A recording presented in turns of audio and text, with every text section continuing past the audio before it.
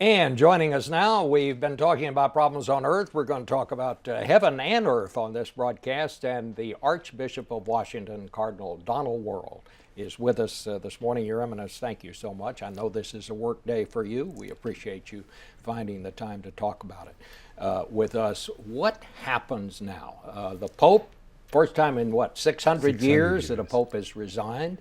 What's going to happen here?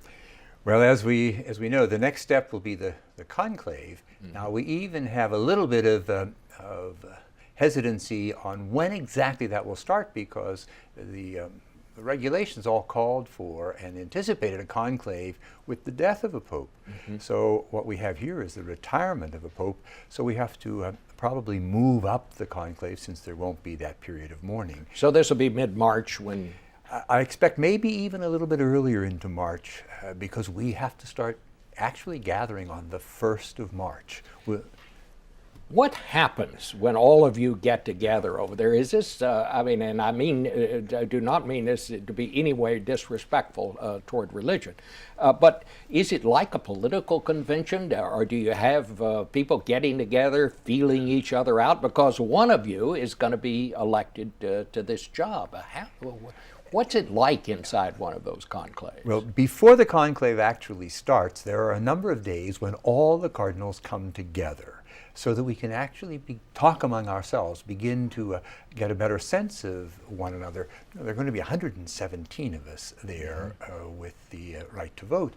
And just to get to know a little bit better personally one another. There'll be 4 or 5 days of these meetings.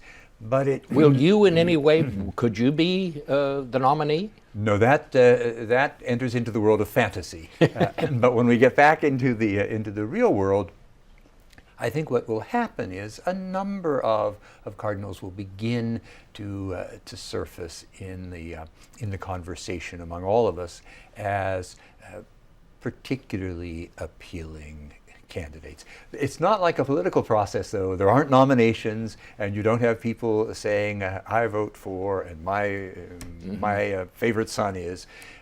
When we go into the conclave, all of that stops.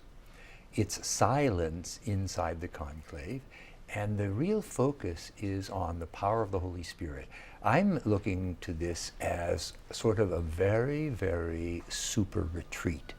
You just start to pray, and the only indication you get of how things are going is when they count the votes. Do you think there's any chance that an American could be Pope? Timothy Dolan, the Archbishop of New York, is a name that comes up a lot. But in the past, the Church has sort of shied away from popes or who came from superpowers. I think it would be, I think you're absolutely right, Bob. I think it would be very difficult for the Pope to come from the United States, not because we don't have qualified people, and I have a great affection for Cardinal Dolan, but because we are the one great superpower.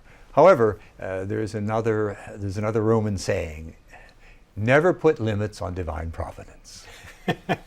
What do you see as the major problems confronting whoever becomes the next pope? We've had these scandals in the church and all of that.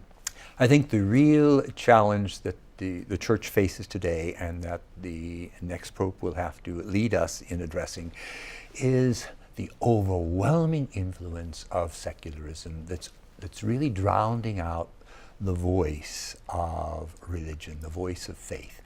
Each one of us is called to a relationship with God in whatever tradition we belong. We're all called to that relationship, and we have to keep focusing on that. I think it's going to be the task of the Pope to say there is a spiritual mission, and that's the work of the Church. Your Eminence, thank you so much for helping pleasure. us with this, and we'll be back in a moment with some personal.